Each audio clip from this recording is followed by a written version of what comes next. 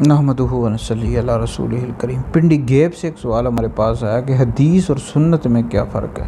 دیکھیں، اس حوالے سے بہت تفصیلی گفتگو ہے اور اس کی مثالیں بھی ہیں، بہت تفصیلی گفتگو ہے، لیکن مختصر طور پر آپ لوگوں کو بتا دیتا ہوں۔ حدیث کا لغوی مطلب ہوتا ہے بات کرنا، گفتگو کرنا، اور اصطلاحی مطلب یہ ہے کہ نبی کریم علیہ السلام کے اقوال، افعال، احوال اور تقریرات کو حدیث کہتے ہیں۔ حدیث کی 3 قسمیں ہیں: حدیث فعلی، قولی، تقریری۔ اور سنت آپ علیہ السلام کے طریقہ زندگی کہتے ہیں، یعنی آپ علیہ السلام نے جس طرح زندگی گزاری اس کو سنت کہتے ہیں۔ تو حدیث یہ عام ہے، سنت خاص ہے۔ حدیث میں حضور کے اقوال، احوال، افعال، تقریرات شامل ہیں، جبکہ سنت یہ خاص ہے، آپ علیہ السلام نے جس طرح زندگی گزاری اس کو سنت کہتے ہیں۔